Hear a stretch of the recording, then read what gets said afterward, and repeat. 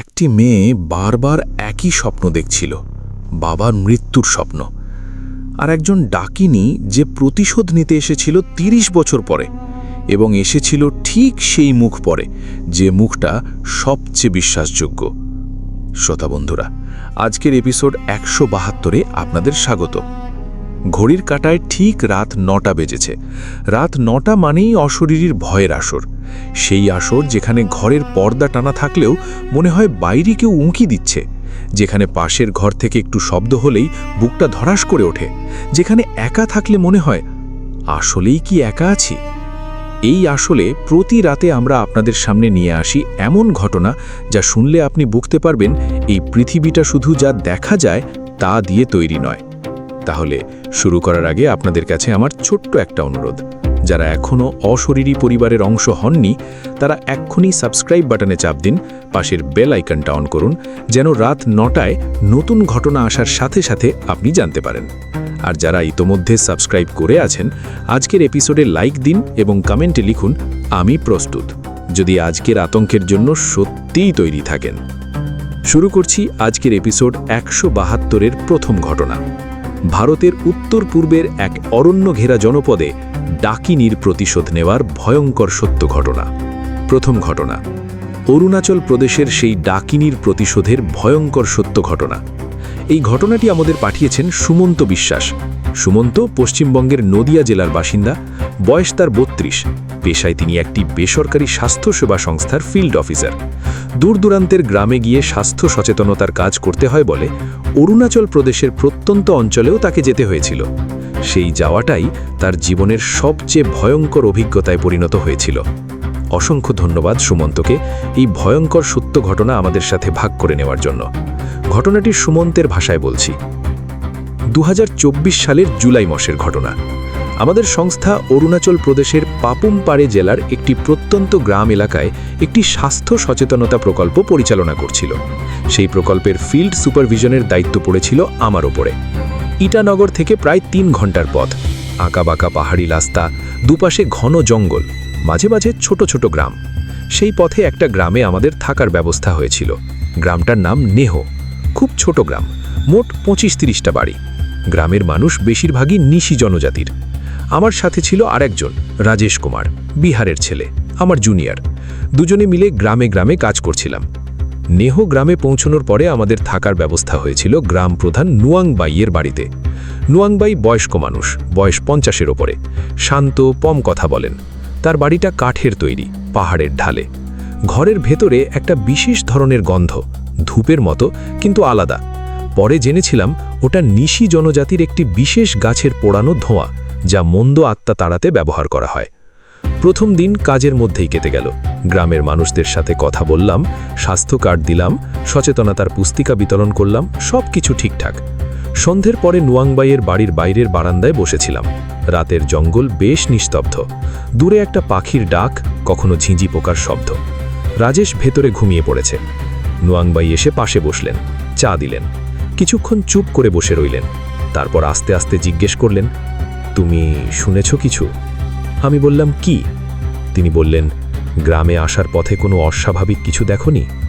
আমি একটু ভাবলাম, বলতে গেলাম না, কিন্তু তখন মনে পড়ল পথে আসতে গিয়ে একটা জায়গায় আমাদের জিপ অচামকা থেমে গিয়েছিল। ড্রাইভার পুরো ৫ মিনিট চেষ্টার পরে ইঞ্জিন চালু হয়েছিল। সেই ৫ মিনিটে একটা কথা মনে পড়ছে এখন। গাড়ির ভেতরে হঠাৎ ঠান্ডা লেগেছিল। জুলাই মাসে অরুণাচলের পাহাড়ে ঠান্ডা স্বাভাবিক, কিন্তু সেই ঠান্ডাটা একটু অন্যরকম ছিল। হঠাৎ এসে হঠাৎ চলে গিয়েছিল। নুয়াংবাইকে বললাম ঘটনাটা। তিনি শুনলেন, মাথা নাড়লেন, বললেন, সেই জায়গাটা আমি জানি। ওখানে একটা পুরনো গাছ ছিল।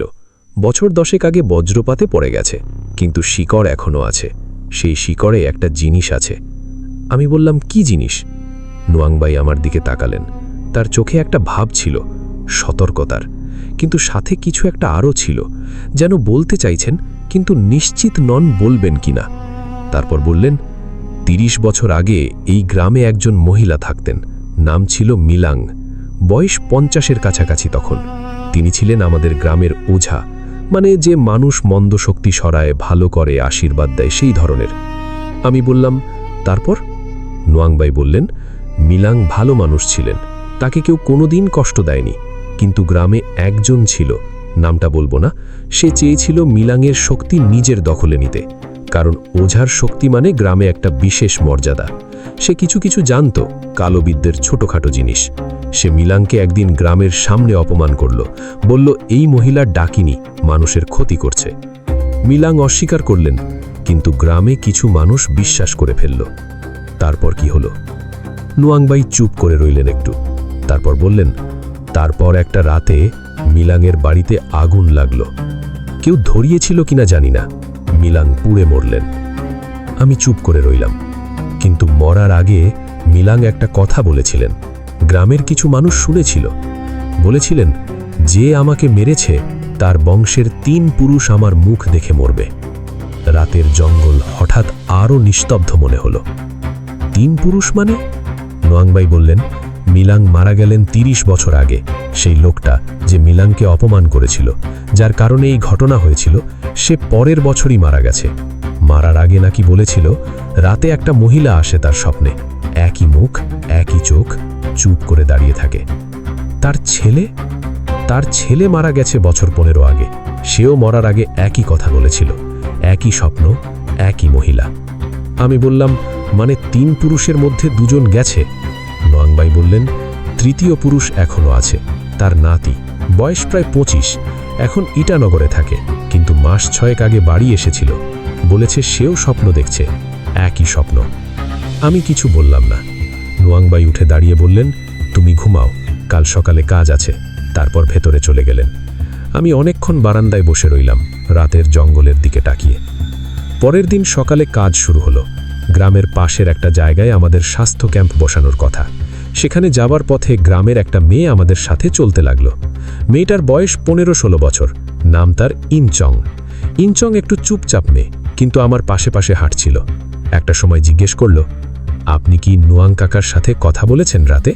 আমি অবাক হলাম, বললাম, হ্যাঁ, তুমি কিভাবে জানলে? ইনচং বলল, কাকা মাঝে মাঝে রাতে অচেনা মানুষকে মিলাংয়ের কথা বলেন, কিন্তু গ্রামের মানুষকে বলেন না। আমি বললাম, কেন?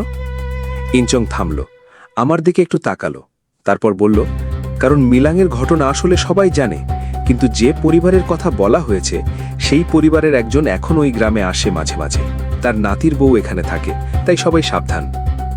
কিন্তু আমাকে কেন বলল?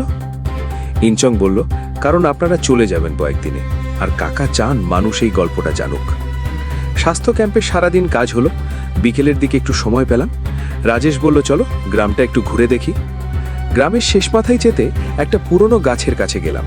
গাছটা বজ্রপাতে ভেঙে গেছে, মূলটা মাটির ওপরে জেগে আছে, কিন্তু বাকি কাণ্ড পড়ে আছে পাশে। কিছুদিন আগের বর্ষায় গাছটার ওপর ঘাস উঠেছে। রাজেশ বলল, পুরনো গাছ। আমি বললাম, হ্যাঁ। তারপর আবার মনে পড়ল নুয়াংবাইয়ের কথা। এই গাছের কাছ দিয়েই আসার পথে জিপ থেমেছিল। আমি গাছের কাছে এগিয়ে গেলাম। গাছের গোড়ায় কিছু একটা আছে, বাকল ছাড়ানো অংশে একটা চিহ্ন কাটা, অনেক পুরনো, কিন্তু চিহ্নটা অদ্ভুত। একটা গোলাকার আকৃতি, ভেতরে কয়েকটা রেখা, মানুষের চোখের মতো না, কিন্তু একটু মিল আছে। আমি ঝুঁকে দেখছিলাম। রাজেশ পেছন থেকে বলল, কি দেখছো? আমি বললাম, একটা চিহ্ন। রাজেশ এগিয়ে এলো, দেখল, বলল, হয়তো কেউ কেটেছিল। আমি হাত বাড়ালাম চিহ্নটা ছুঁতে। তখনই ইনচংয়ের গলার শব্দ শুনলাম, না। চমকে তাকালাম। ইনচং দৌড়ে আসছে, মুখে উদ্বেগের ছাপ। ওটা ছোঁয়া যাবে না, বলল ইনচং। আমি হাত সরিয়ে নিলাম, বললাম, কেন? ইনচং বলল, ওটা মিলাং কেটেছিলেন মরার আগে। ওটা একটা চিহ্ন, ওই পরিবারটাকে চেনার জন্য। যে এই চিহ্ন ছোঁয়ে এবং মাথায় ওই পরিবারের কথা থাকে, মিলাং তাকে দেখতে পান। রাজেশ হাসল, বলল, কি বলছো এসব? কিন্তু আমি হাসলাম না, কারণ সেই মুহূর্তে হাত সরিয়ে নেওয়ার ঠিক পরে গাছের গোড়া থেকে একটা ঠান্ডা বাতাস বেরোলো, একটা হাওয়া, মাটির ভেতর থেকে আসার মতো। 1 সেকেন্ড, তারপর চলে গেল। সেই সন্ধ্যায় আমরা নুয়াংবাইয়ের বাড়িতে ফিরে এলাম। খাওয়া দাওয়া হলো। রাজেশ আবার তাড়াতাড়ি ঘুমিয়ে পড়ল। আমি বারান্দায় বসেছিলাম। রাত তখন বোধহয় 11টার কাছাকাছি। গ্রাম ঘুমিয়ে পড়েছে, জঙ্গলের শব্দ। নুয়াংবাই এলেন, বসলেন, চা নিয়ে এলেন। বললেন, ইনচং বলেছে তুমি গাছের কাছে গিয়েছিলে। আমি বললাম, হ্যাঁ, ছুঁইনি। নুয়াংবাই বললেন, ভালো করেছো। তারপর একটু চুপ থেকে বললেন, তোমাকে একটা কথা বলি, কারণ তুমি কাল চলে যাবে, আর আমি চাই তুমি জেনে যাও পুরো ঘটনাটা। আমি বললাম, বলুন। নোয়াংবাই বলতে শুরু করলেন, এবং সেই রাতে যা শুনলাম তা আমি জীবনে ভুলব না। মিলাং যখন মারা গেছেন তখন তার বয়স ছিল 52 বছর। তার একটাই ছেলে ছিল, নাম লেনি। লেনি তখন 20 বছরের। মাকে হারিয়ে লেনি পাগলের মতো হয়ে গেল। লেনি জানতো কে তার মাকে মেরেছে, কিন্তু প্রমাণ করার উপায় ছিল না। গ্রামের মানুষ ততদিনে সব ভুলে গেছে। লেনি একদিন রাতে সেই লোকটার বাড়ির সামনে গেল, কিছু করল না, শুধু বলল, আমার মা বলে গেছেন তুমি কোথায় যাবে, আর আমি জানতে চাই না, কারণ জানলে কষ্ট হবে। সেই লোকটা, যার নাম বলবো না, হাসল, বলল, ভয় পাচ্ছ? লেনি বলল, না, আমি দেখতে এসেছি মাত্র, কারণ তুমি শেষবারের মতো এখনো নিজেকে ভালো মনে করছো, সেটা দেখতে চাইছিলাম। তারপর লেনি চলে গেল গ্রাম ছেড়ে, এবং আর ফেরেনি। সেই লোকটা পরের বছর মারা গেছে।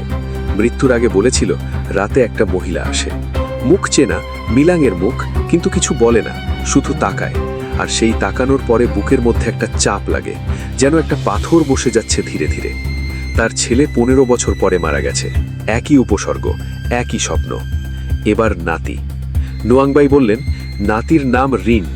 রিন এখন ইটানগরে থাকে, চাকরি করে, কিন্তু মাস 6 ধরে সে প্রতি রাতে একই স্বপ্ন দেখছে বলে তার বউ আমাকে বলেছে।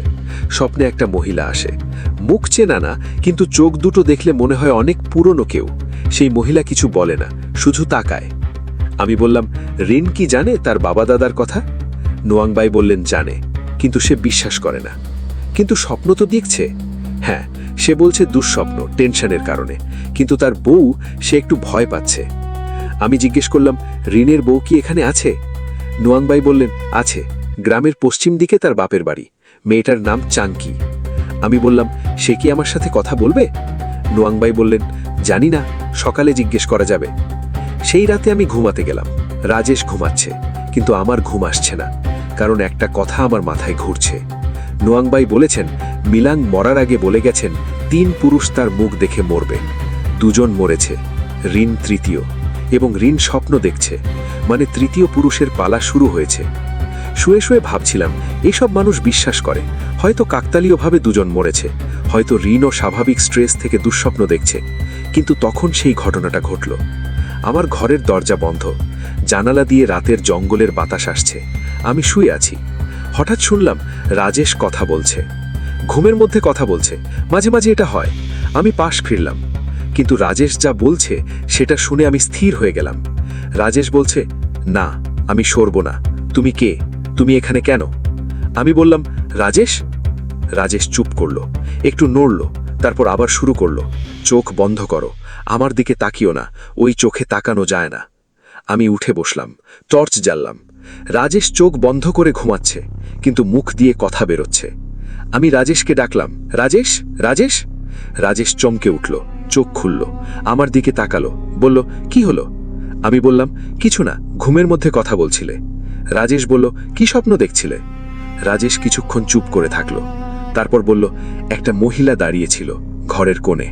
মুখ দেখতে পাচ্ছিলাম না, কিন্তু চোখ দুটো দেখতে পাচ্ছিলাম। অন্ধকারেও চোখ জ্বলছিল। আমার ঘাড়ের কাছে একটা শীতল স্রোত বয়ে গেল। রাজেশ বলল, দুঃস্বপ্ন, ঘুমাও। সে আবার শুয়ে পড়ল, কিন্তু আমি জানতাম এটা শুধু দুঃস্বপ্ন নয়। কারণ রাজেশ নোয়াংবাইয়ের সাথে কথা বলেনি, সে মিলাংয়ের কথা জানে না, ইনচংয়ের সতর্কতার কথাও তাকে বলিনি আমি। তবু সে ঠিক সেই বর্ণনাই দিল, একটা মহিলা, চোখ জ্বলছে। পরের দিন সকালে নোয়াংবাইকে বললাম। তিনি শুনলেন, মাথা নাড়লেন, বললেন, তোমার বন্ধু কি ওই গাছ ছুঁয়েছিল? আমি চিন্তা করলাম, রাজেশ গাছের কাছে গিয়েছিল, কিন্তু ছুঁয়েছিল? আমি বললাম, জানি না। নোয়াংবাই বললেন, সে কি ওই পরিবারটার কথা জানত? না। নোয়াংবাই বললেন, তাহলে ভয় নেই, মিলাং শুধু ওই পরিবারকে চেনেন, অন্যদের নয়।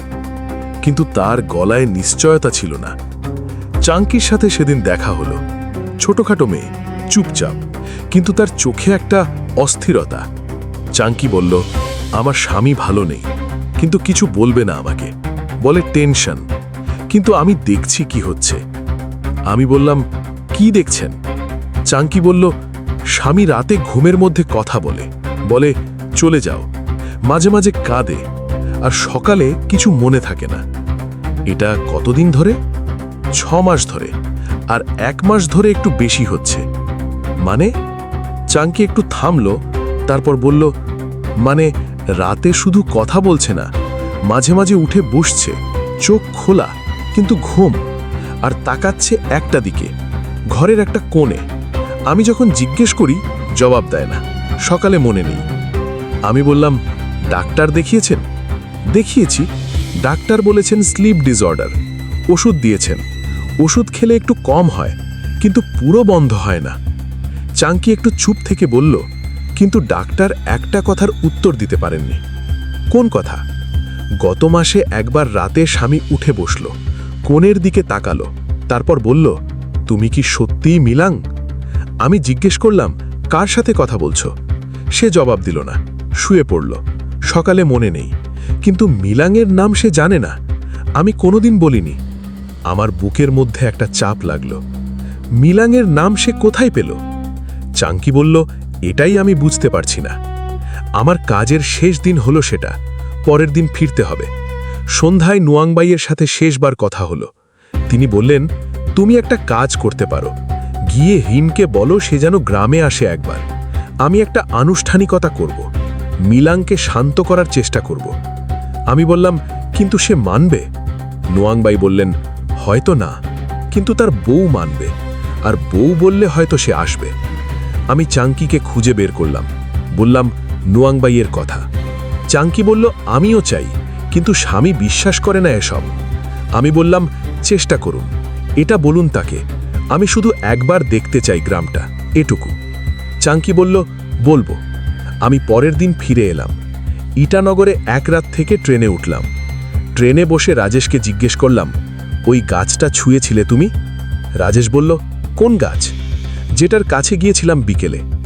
রাজেশ ভাবল, তারপর বলল, হ্যাঁ, আমি ছুঁয়েছিলাম, কিছু বলনি তুমি তখন। আমি বললাম, কখন? তুমি উবু হয়ে দেখছিলে, আমি গাছটার গায়ে হাত দিয়ে দাঁড়িয়েছিলাম। তারপর ইনচং চিৎকার করে এলো। আমি বললাম, তুমি কি সেই রাতে স্বপ্নের কথা মনে করতে পারছো? রাজেশ বলল, কোন রাত? যেদিন রাতে ঘুমের মধ্যে কথা বলেছিলে। রাজেশ একটু চুপ করে রইল, তারপর বলল, একটা মহিলা, চোখ দুটো স্পষ্ট দেখেছিলাম, বাকি মুখ অন্ধকার, কিন্তু চোখ জ্বলছিল, আর সে একটা কথা বলেছিল।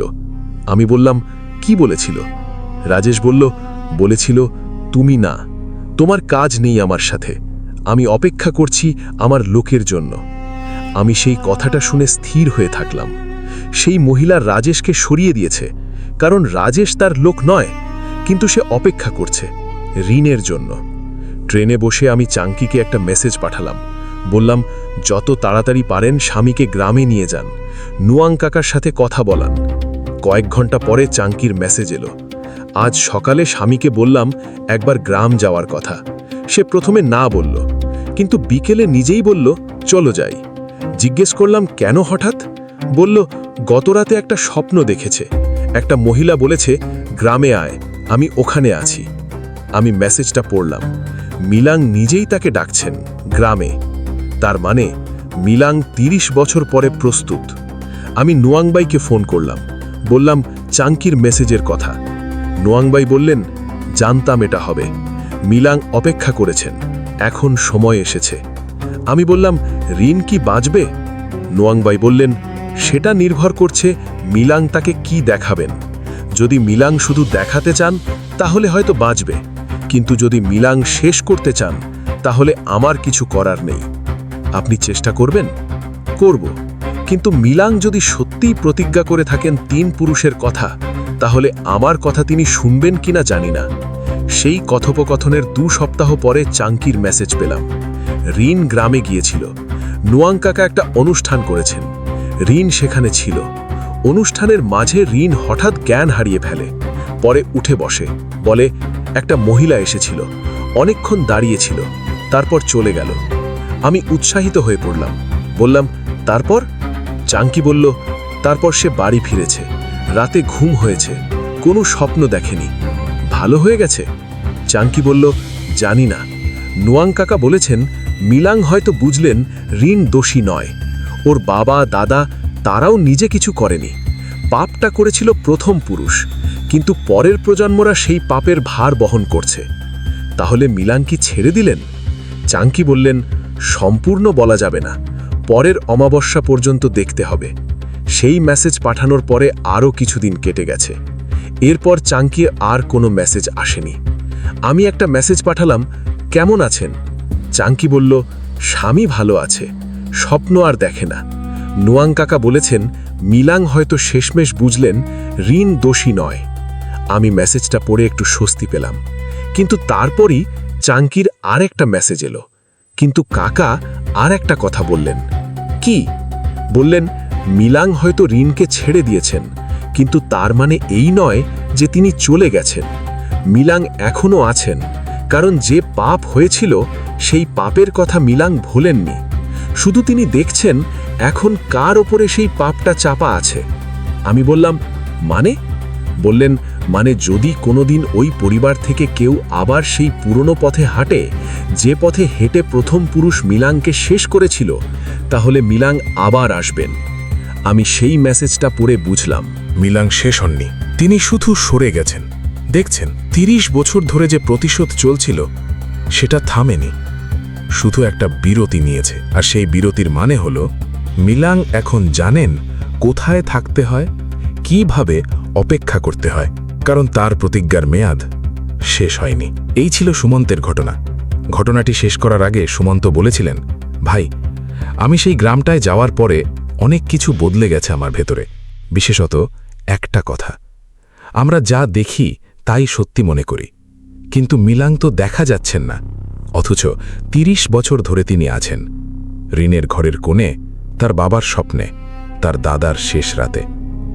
অদৃশ্য কিন্তু অনুভবযোগ্য, আর সেই অনুভবের তীব্রতা, সেটাই সবচেয়ে ভয়ঙ্কর। এই ছিল আজকের প্রথম ঘটনা। শ্রোতা বন্ধুরা, রাত ৯টা মানেই অশরীরীর ভয়ের আসর।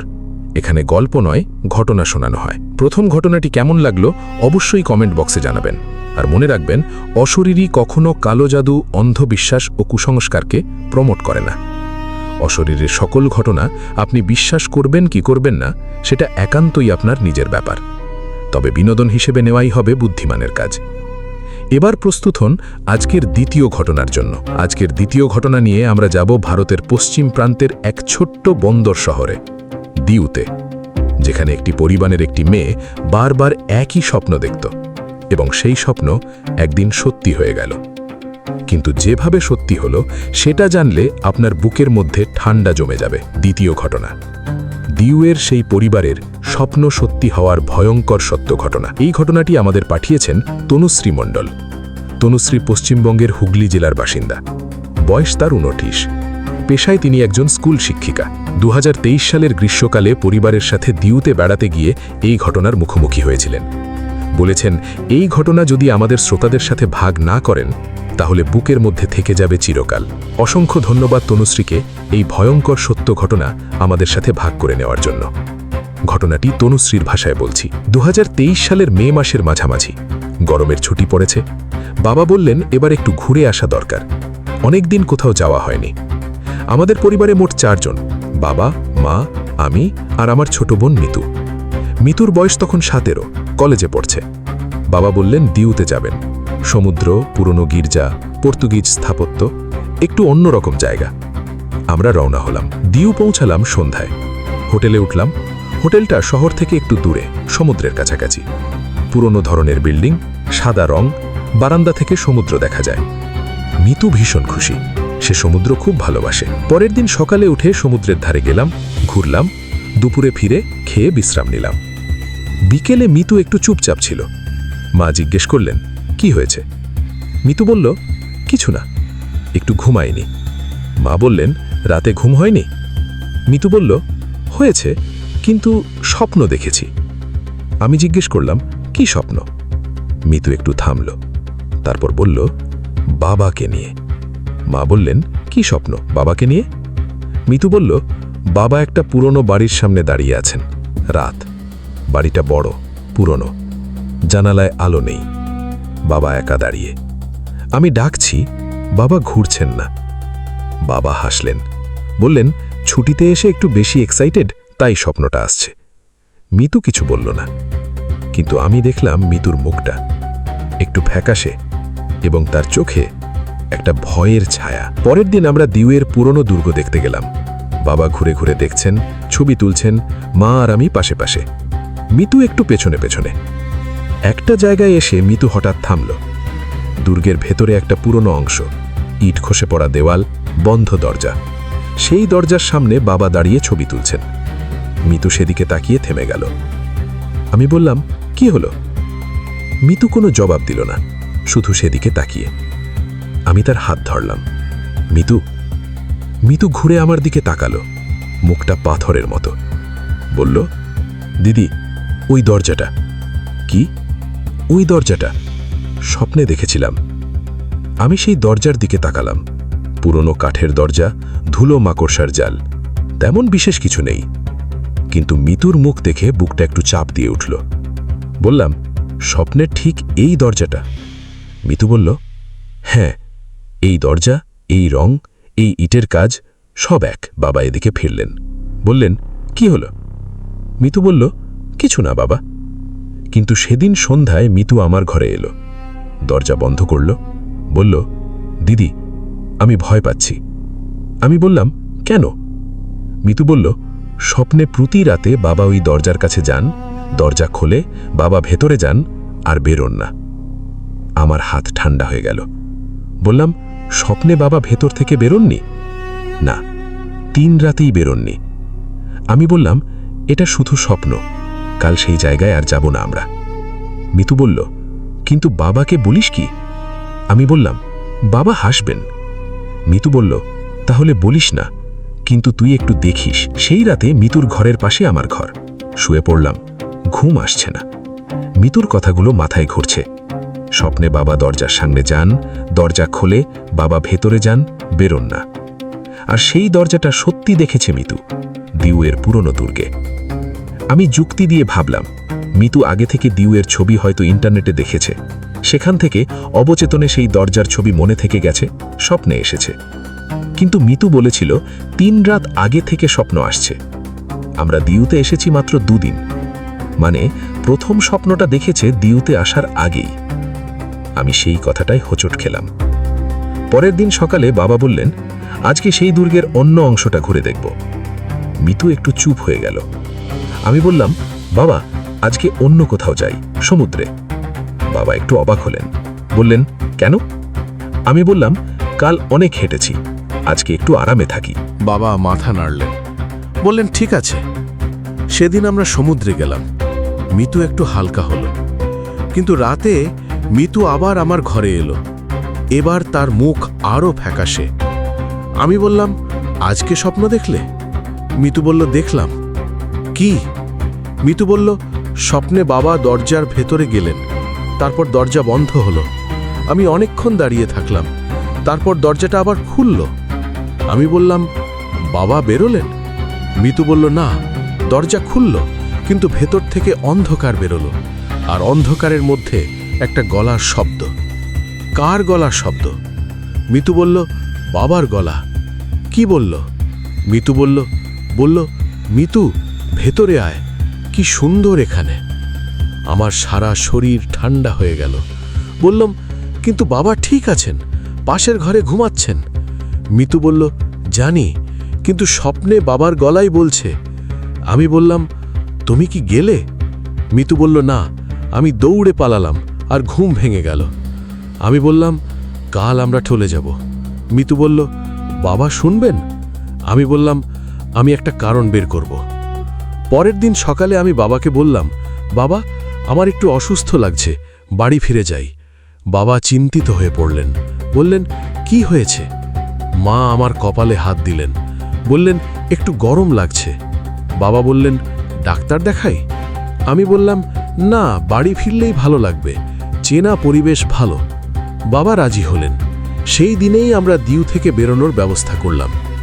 যাওয়ার সময় একটা জিনিস হলো, গাড়িতে উঠে দিউর রাস্তা দিয়ে যেতে যেতে বাবা হঠাৎ বললেন, ড্রাইভার, এই রাস্তায় বাঁ দিকে একটা পুরনো বাড়ি আছে না, একটু থামো। ড্রাইভার থামালো।